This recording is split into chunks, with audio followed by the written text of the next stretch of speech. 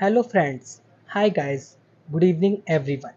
First of all, I would like to thank the organizer for their kind invitation towards me to enabling me to participate in this wonderful forum.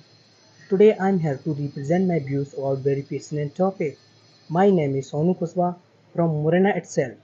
Today I am going to tell about the importance of English.